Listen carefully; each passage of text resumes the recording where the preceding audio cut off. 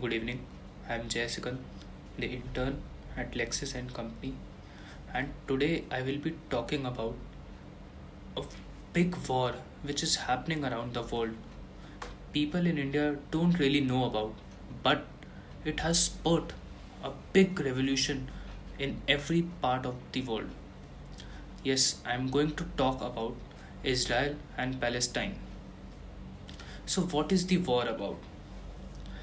This week, the world witnessed mayhem in the Middle East, which stemmed from the clashes at the most sensitive places in Jerusalem, the reversed plateau site of Al Aqsa Mosque, and the iconic Golden Dome of the Rock.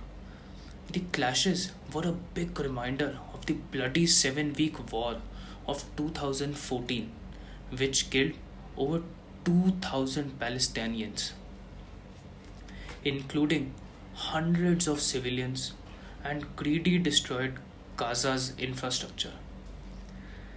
In the latest escalation of the conflict between Israel and Hamas, which has killed at least 115 Palestinians in Gaza, including 14 children and 3 women, through airstrike toppled most of a massive, high risk building in central Gaza City and killed a string of senior Hamas military figures. Meanwhile, Hamas, the Islamist group that rules Gaza and its allies, continued to fire rockets into civilian areas across the city and the central South Israel. With no resolution in sight, Prime Minister Benjamin Netanyahu has vowed to expand the offensive, saying it will take time. Hamas has called for a full scale uprising. Now, talking and moving further, what is the history behind Israel and Palestine conflict and what is happening right now?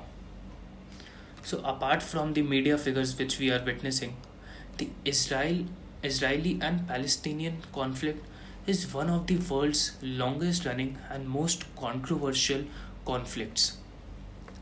It claims to have its root in 957 BC, when King Solomon built first temple in the Israelite kingdom.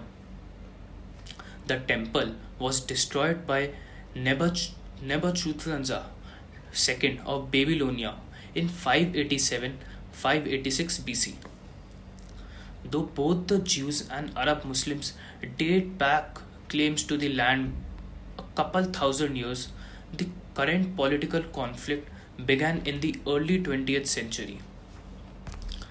Streaks of light are seen as Israel Iron Dome anti-missile system intercept rockets launched from Gaza Strip towards Israel.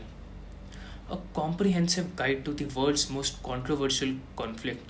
This is a 100-year-old issue. This is not a recent issue. It dates back beyond World War One and mostly prehistoric period. So, talking about the World War One and talking about the recent history, which has, uh, you know, taken a spark between both the communities. So, after the Ottoman Empire was defeated in World War One, the British took the control area known as Palestine. The land was inhabited by Jews, a minority, and Arab majority. Tensions between the two grew so much internationally that the community gave Britain the task of establishing a national home in Palestine for the Jewish people.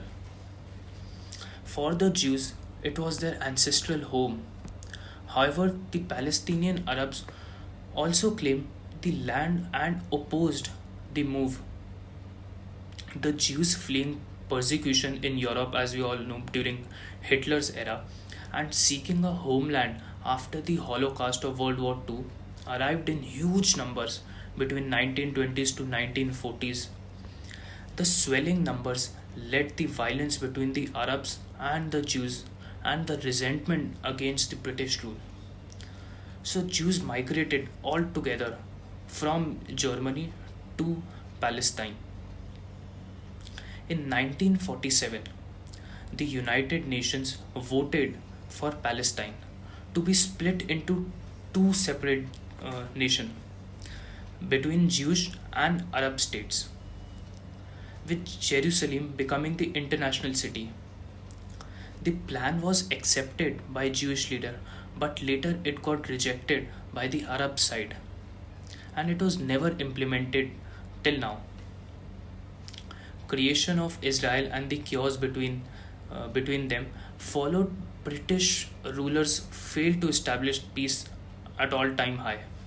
They never thought of this stance which today they are taking in international scenario, and the Muslims and Jews thus declared the creation of the state of Israel in 1948.